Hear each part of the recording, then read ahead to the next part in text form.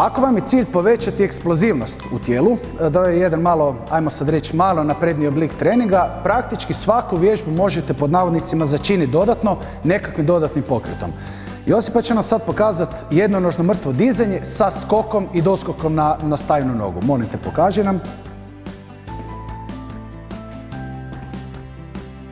Odlično. Dakle, na ovaj način ne samo da ćete aktivirati mišići i potaknuti ih na hipertrofiju, odnosno na rast, na ovaj način kad radite skokiće, aktivirat ćete takozvana bijela mišićna vlakna koja tijelu daju eksplozivnost i tijelo će vam jednostavno postati eksplozivnije, motoričnije i spremnije čak na nekakve neobične situacije na koje možete naletiti u svakodnevnom životu.